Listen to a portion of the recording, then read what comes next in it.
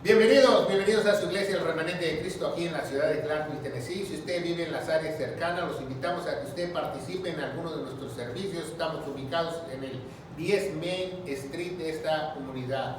Dese la oportunidad de conocer a la familia de Dios. Dese esa oportunidad de venir a donde se predica una sana doctrina, ¿verdad? Vamos a darle gracias a Dios. Padre, bendito eres en el nombre de Jesús. Te damos gracias por esta noche de oración y de estudio. Unge mis labios, Señor, para que esta carta apostólica la podamos presentar correctamente, teológicamente, en el poderoso nombre de Cristo Jesús. Y la iglesia de Dios dice amén. Y tenemos ya nuestra biblioteca cibernética, las demás epístolas, y nos está viendo a través de las redes sociales.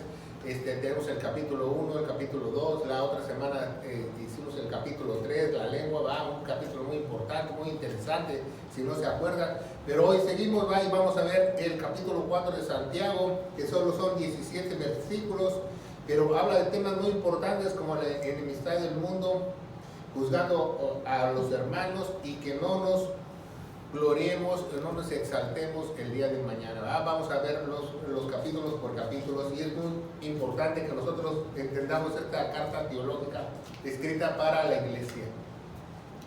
Y dice la palabra de Dios así, ¿verdad? ¿De dónde vienen las guerras y pleitos entre vosotros? ¿No es de vuestras pasiones? Bueno, ahí lo tradujeron mal, ¿verdad? No es pasiones, en el original griego dice de vuestras concupiscencias, de sus pecados. ¿De dónde vienen las guerras, los pleitos, sino de sus propios pecados que combaten en sus propios miembros, ¿verdad? Vemos que las guerras es algo inevitable, ¿verdad? Que vemos todos los días y vemos en todas las naciones. Si vemos en el Instituto de Paz que está en Estocolmo, en Europa, la historia de la guerra, siempre ha habido guerra, desde que se escribe la historia siempre ha habido guerra a través de todos los años, excepto hubo paz por 3 años y medio, y eso fue cuando Jesús caminó sobre la tierra. Imagínense, cuando Jesús caminó sobre la tierra nadie estaba en guerra, porque la paz vino. Él se dijo ser lo que Él era, ¿verdad? La paz. Entonces, es muy importante que de dónde vienen, es una pregunta que Santiago nos hace, ¿de dónde vienen? ¿De dónde vienen esas guerras y pleitos? No solamente habla de guerras entre nación y nación en el mundo, ¿verdad? De los países con otros países, habla de las guerras, porque nosotros tenemos guerras contra los hermanos, contra los propios cristianos, contra nuestros propios amigos, contra nuestros propios empleadores, contra nuestros propios conocidos, quizás hasta con nuestros propios familiares tenemos guerra.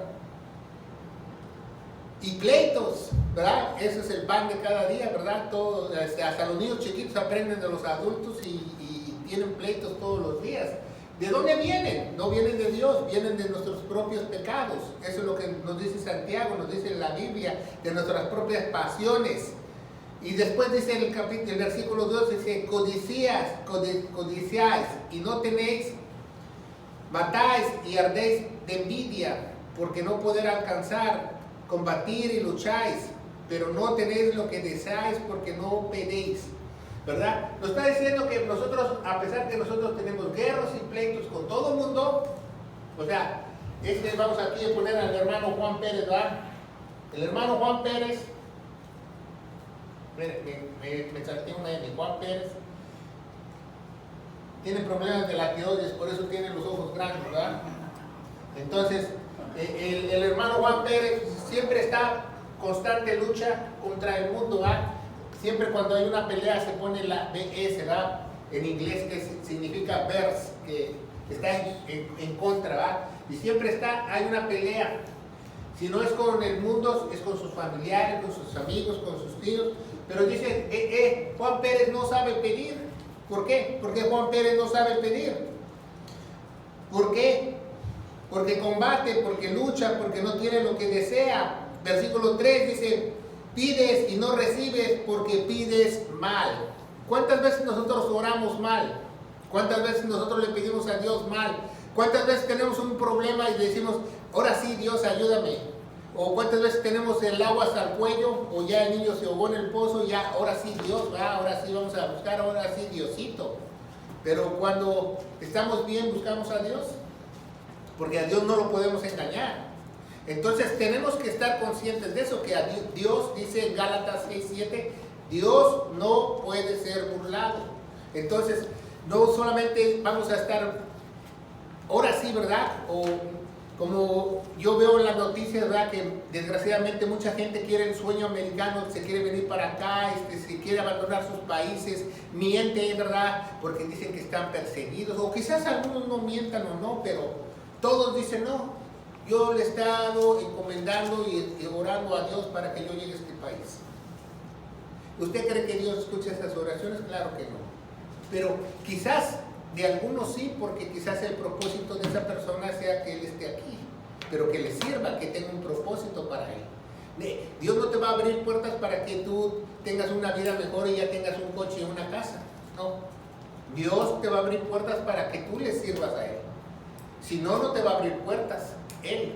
Entonces mucha gente se enfoca a Dios o le pide a Dios cuando ve la situación difícil o ve la situación oscura. Y dice el versículo 4, es muy importante, dice, oh almas adúlteras. Sabemos que es adulterio, ¿verdad? Pero fíjense muy bien, almas adúlteras. No solamente adulterio es un acto sexual, podemos ser nosotros adúlteros ante Dios y usted no lo sabe. Simplemente cuando nosotros le ponemos énfasis al dinero, a las cosas materiales, al trabajo, ya estamos adulterando ante los ojos de Dios. Si nosotros pensamos lo que se nos dé nuestra gana, estamos adulterando ante los ojos de Dios.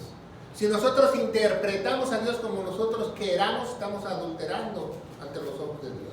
Por eso Dios es un Dios sabio, perfecto, santo, y hay una sola manera de buscarle, ¿verdad? En inglés dice way, ¿verdad?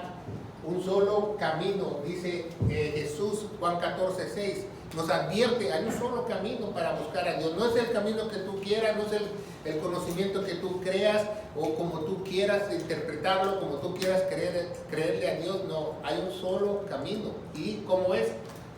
Lo que hizo Jesús en la cruz, ¿verdad? Entonces tenemos una constante lucha. ¿Qué quiere decir una constante lucha? Que el apóstol Jacobo nos está advirtiendo que nuestra vida va a ser una lucha.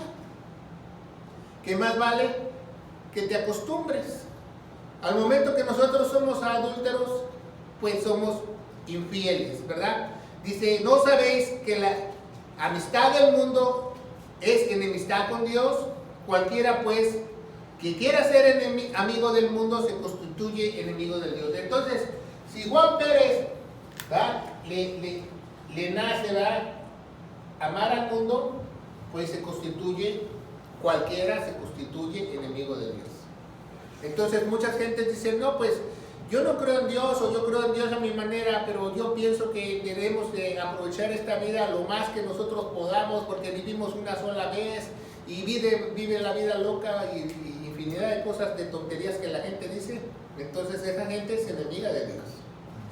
Y dice la Biblia que si tú no tienes al Espíritu Santo, tú estás con enemistad con Dios.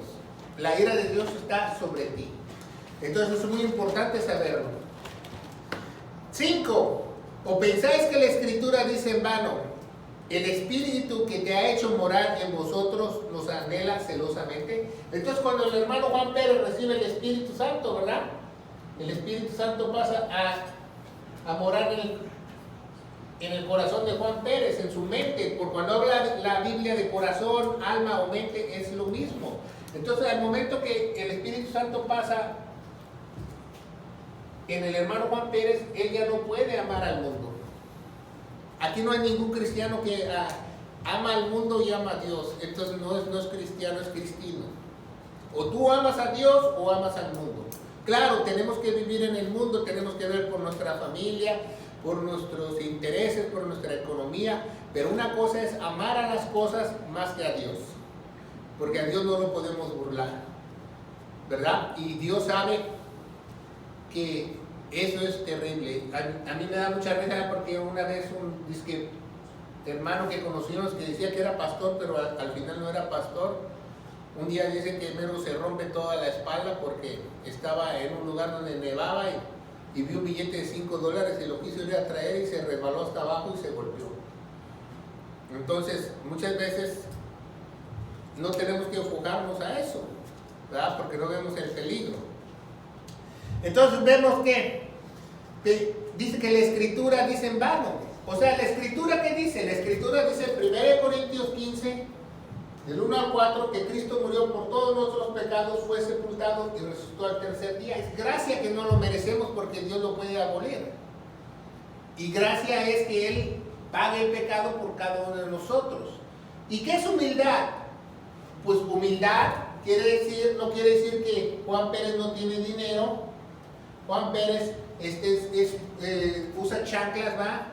O no tiene donde caerse muerto. No, humilde quiere decir que tú dependes completamente de Dios. Eso quiere decir humildad. Una persona humilde depende de Dios.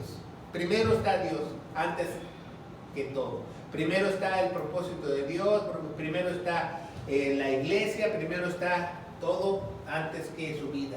Eso es humildad. Entonces Dios da gracia a los humildes, pero no le da gracia a los soberbios. Entonces, si alguien no tiene a Dios en primer lugar, Dios lo considera como soberbio. Así de fácil. ¿Por qué? Porque él se exalta, él cree que él es Dios, él cree que él es su propio Dios, él cree que puede cambiar las cosas. Entonces es muy importante. Y dice el 7, ¿verdad? Pero Él da mayor gracia, 6, perdón, pero Él da mayor gracia, por eso dice, Dios resiste a los soberbios y da gracias a los humildes. Y después dice, someteos pues a Dios, resistir al diablo y huirá de vosotros. Entonces, si Juan Pérez se somete, ¿qué es someterse? Ser humilde. Se somete a Dios. Juan Pérez puede resistir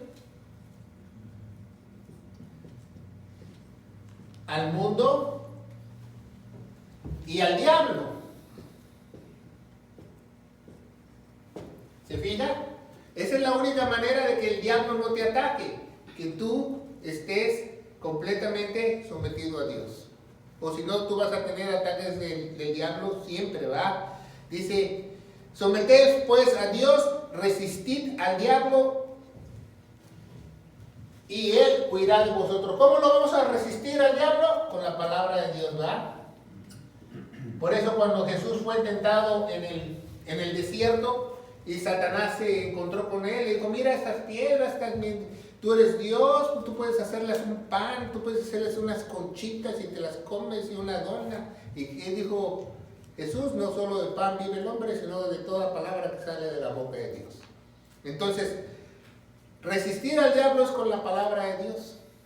Aquí, esa es la verdadera parte de la guerra espiritual, de resistir. En ningún lado de la Biblia nos dice que nosotros ataquemos o le hagamos guerrita al diablo.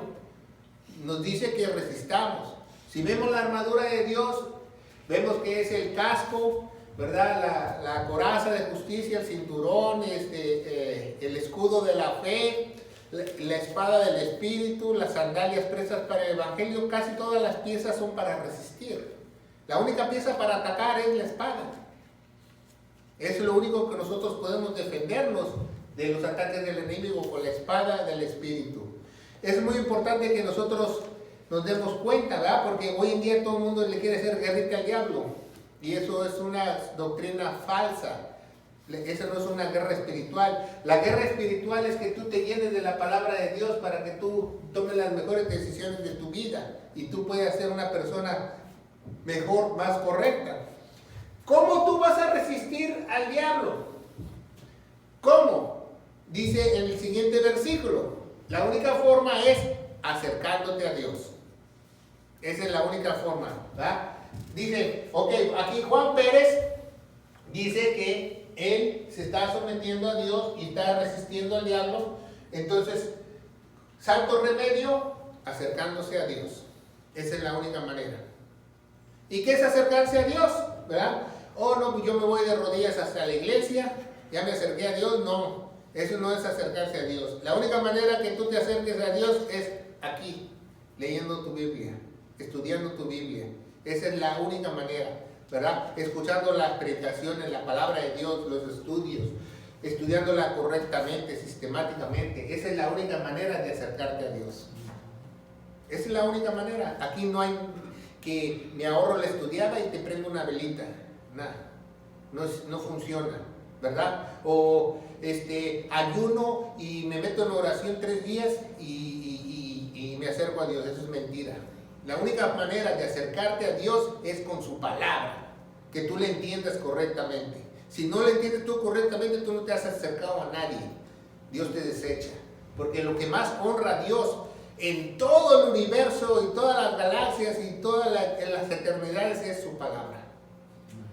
Es su palabra. Entonces, es la única manera que tú te acerques a Dios, con su palabra. Si una persona le dice, a ver, hermano Juan Pérez, ¿usted es espiritual? Sí, porque pues yo hago guerrita espiritual y yo ayuno, lloro, yo... No, eso no es ser espiritual. Espiritual es que tú estés lleno de la palabra de Dios. Eso es ser espiritual. ¿Por qué? Porque si tú estás lleno de la palabra de Dios, tú puedes resistir cualquier ataque del enemigo, cualquier problema, cualquier situación. Aquí están las instrucciones, ¿verdad? Te llega un problema de matrimonio, aquí está. Te llega un problema con un hijo, aquí está. Así me dijo un individuo un día, ¿verdad? Que tuve consejería matrimonial. Es pastor, es que el matrimonio no viene con las instrucciones. Sí, aquí están. Nada más no las queremos leer. Nos queremos ahorrar las instrucciones. Así las personas, ¿verdad?, quieren ahorrarse, acercándose a Dios, prendiendo una velita o ofrendando dinero, y ya Dios dicen, ya estoy bien con Dios, o ya fui el domingo, ya estoy bien con Dios, y así piensan, pero piensan en su vana cabeza. ¿Qué es vana cabeza? Que les falta un pedazo de coco. Eso significa vanidad en la Biblia, que tu cabeza está hueca. ¿Por qué? Porque no está llena de Dios, ¿verdad?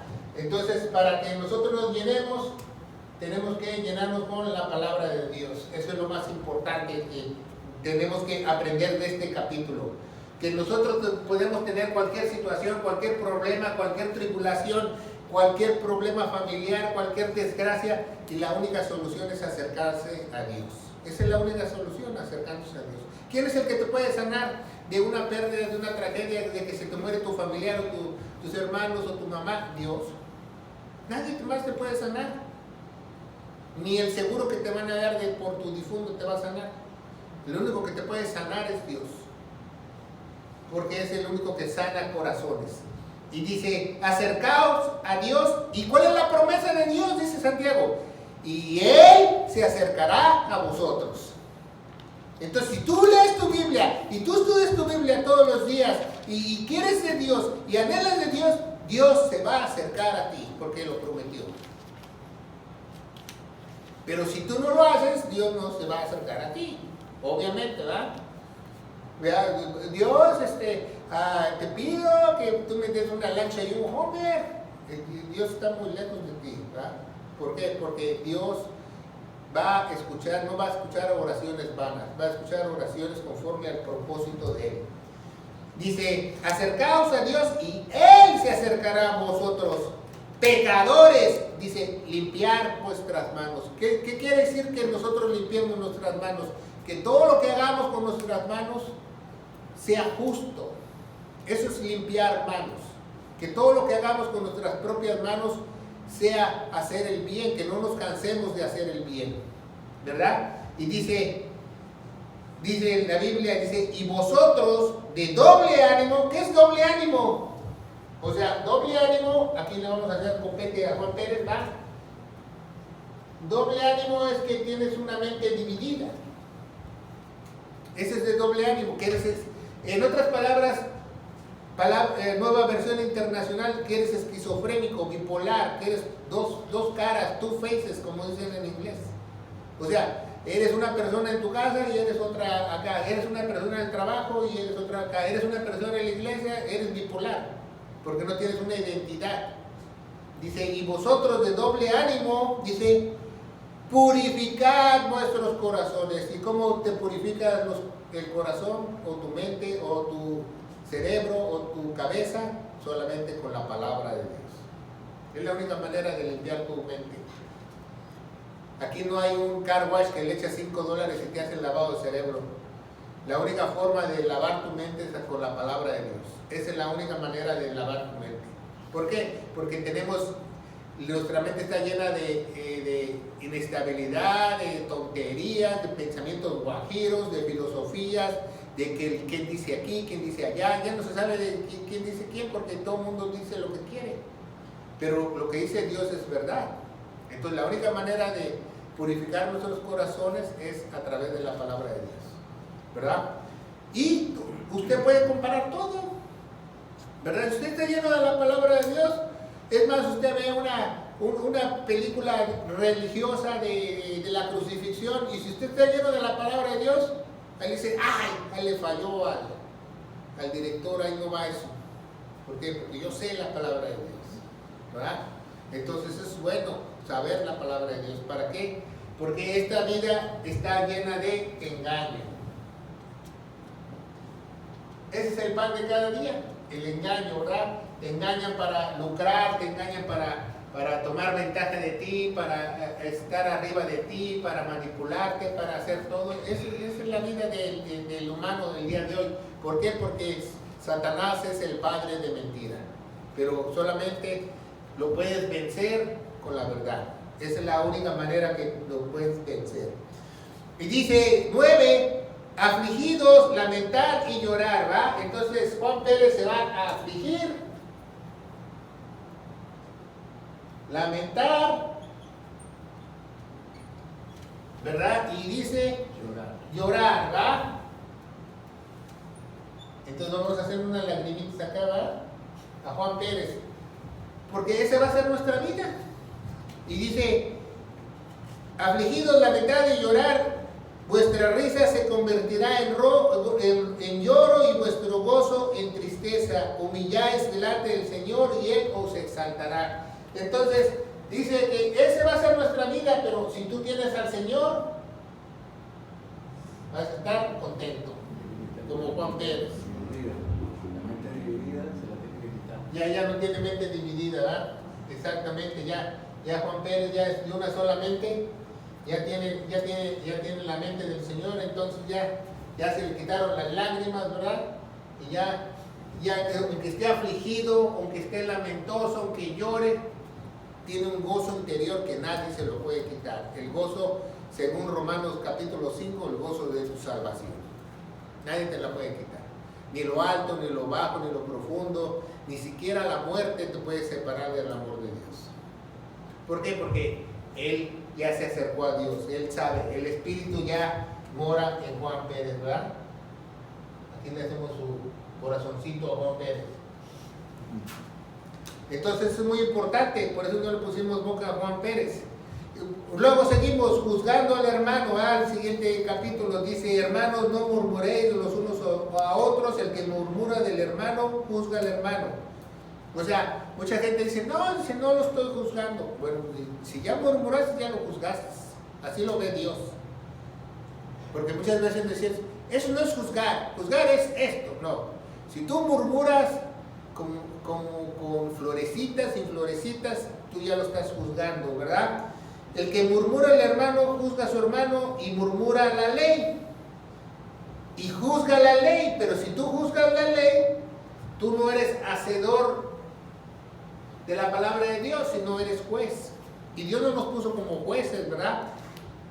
Eso es muy importante, que nosotros sabemos que nosotros no juzguemos al hermano con nuestra mente, con nuestra propia mente. Nosotros podemos juzgar a alguien, dice la Biblia, ¿verdad? En el contexto nos dice únicamente con la palabra de Dios, ¿verdad? Mira, dice la palabra de Dios que no mientas porque es un pecado, y Dios no va a aceptar a los mentirosos en el reino de los cielos. Entonces eso no es juzgar, eso es lo que dice la Biblia, no digo yo. Entonces usted puede juzgar con la palabra de Dios, pero no en su propio parecer, en su propia interpretación, o sus propias palabras, o en su propio juicio. No puede juzgar a otro, porque Dios no nos puso como jueces, sino como hacedores de la palabra de Dios. ¿verdad? Sí podemos decirle a las personas, pues estás fallando porque la Biblia dice esto al respecto, medítalo, piénsalo, ¿verdad? Dice la Biblia con lazos de amor, ¿verdad? No va a venir una hermanita y la hermanita va a traer poquita ropa y las otras hermanas le van a decir, bueno, pues la Biblia dice que no vengas así a la casa de Dios con cascos ligeros, ¿no? Entonces ya la estás ofendiendo, entonces no dice eso la Biblia. Entonces cuando una persona llega así, no conoce a Dios, pues ella misma se va a dar cuenta que no tiene la misma ropa que las otras personas. Es obvio, ¿verdad? Y no tiene que decirle nada ni el dirigente espiritual ni los otros hermanos, sino Dios es el que cambia a las personas. No los hermanos cambian a las personas ni el pastor cambia a las personas. Dios, el Espíritu Santo es el que transforma a las personas. Eso es lo más importante. Eso es lo que nos quiere decir Santiago. Dice, un solo es dador de la ley que puede salvar y perder, pero tú, ¿quién eres? El único juez, ¿quién es? Jesús. Dice Santiago, dice, Él es el único dador de la ley que puede salvar y perder. ¿Sabía que Jesús es el Salvador de todos los hombres? Pero no todos van a ser salvos. Él es, aunque la gente diga, no, yo no quiero a Jesús, yo no creo en Jesús, Él es el Salvador de él. Otra cosa que lo rechace y se vaya al infierno, eso es su problema. Pero él es el Salvador de todos los hombres. A ver qué día hacemos un relámpago que diga que Jesús es el Salvador de todos los hombres. Sí lo es, lo dice la Biblia. Pero unos no lo van a aceptar, porque Él vino a morir por todos. Entonces es muy importante, ¿verdad? Y dice la palabra de Dios, dice, ¿quién eres tú para juzgar al otro? Y después el último capítulo que dice, no te glories el día de mañana, dice, vamos ahora, ¿qué decís? Mañana iremos a la ciudad, estaremos ahí un año, traficaremos, haremos negocios y ganaremos, pero no sabéis qué será el día de mañana, porque ciertamente no sabes qué es tu vida. Dice Santiago, tu vida es como la neblina. ¿Nunca has estado en un lugar donde hay neblina? Nada más está un ratito y después ya sale el sol y se desvanece. Así es nuestra vida. Si usted tiene muchos años, usted va a saber que la vida se pasó muy rápido. Cuando usted ya vea, ya dije, yo cuando tenía 14, 15 años, digo, ay, ¿cuándo voy a ser adulto? Y ahora digo, ay, ¿cuándo voy a ser joven? ¿Ah? ¿Por qué? Porque la vida va muy rápido, más rápido de lo que nosotros pensamos. Por eso nosotros tenemos que aprovecharlas para que nosotros alcancemos a conocer a nuestro Señor Jesucristo creyendo en lo que Él hizo en la cruz para estar con Él una vida eterna. Por eso es muy importante, ¿verdad? Porque hoy día desestiman mucho a Dios y desestiman mucho lo que es la iglesia, pero es lo más importante porque es lo único que te puede llegar tú a alcanzar una eternidad a través de Él. Y dice, tu vida es como neblina, se aparece un poco tiempo y luego se desvanece. En lugar de decir, ¿qué haremos? ¿Qué quieres? ¿Viviremos? ¿Haremos esto? ¿Haremos lo otro? Dice, no te ensoberbezcas, ¿verdad? No te ensoberbezcas, no te jactes, porque toda jactancia es mala. Toda jactancia es mala. Aquí no hay ni poquita jactancia es buena. Toda jactancia es mala. Dice la Biblia, si tú te vas a gloriar, gloriate en el Señor.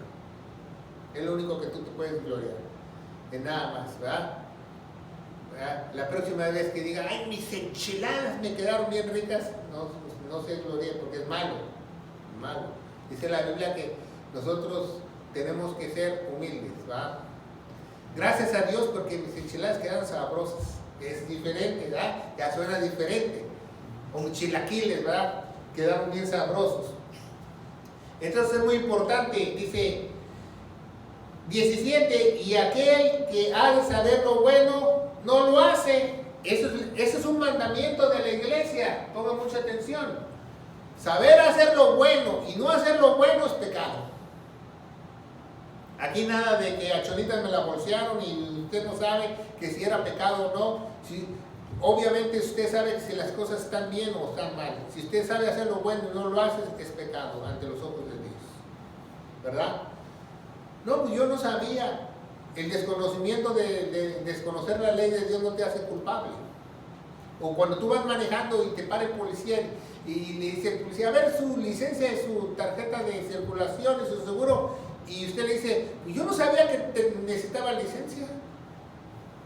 Eso no te va a librar de la ley, tampoco la de ley de Dios. El desconocimiento de la ley de Dios no te hace absento de la ley. Eres culpable de la ley. Entonces es muy importante que no pequemos ante los ojos de Dios. Si usted sabe hacer lo bueno, haga lo bueno. Dice en Gálatas, ¿verdad? No, otro mandamiento para la iglesia, no te canses de hacer el bien. Porque a su tiempo vas a cegar, ¿verdad? No te canses. Cuando tú haces el bien, Dios te recompensa. Tú no lo haces para que Dios te recompense, pero Dios se fija en tus acciones y Dios se encarga de ti. Eso es lo más bonito, lo más interesante, que yo no he visto justo desamparado en mi vida. O que mendigue pan. Nunca. Jamás. Y lo dice la Biblia. Entonces es muy importante de este capítulo que evite las guerras, los pleitos, su constante lucha. ¿Cómo evitarlo? Creyendo el Evangelio para acercarte a Dios. Ya, una vez que el Evangelio, el Espíritu Santo entre dentro de ti, santo remedio, Dios hace el resto. Usted no tiene nada que preocuparse. Pero el chiste es que usted crea de todo corazón, sin una mente dividida, sin ninguna confianza, y usted ya va a ver el mundo diferente, ¿verdad? ¿Por qué? Porque pues un día Dios nos va a dar un nuevo mundo. ¿Para qué queremos este mundo viejo y feo y contaminado, y con el niño y con la niña y con sobrecalentamiento global, cuando Dios nos va a dar uno mejor? ¿Verdad? Vamos a darle gracias a Dios. ¿Alguna pregunta acerca de este capítulo 4?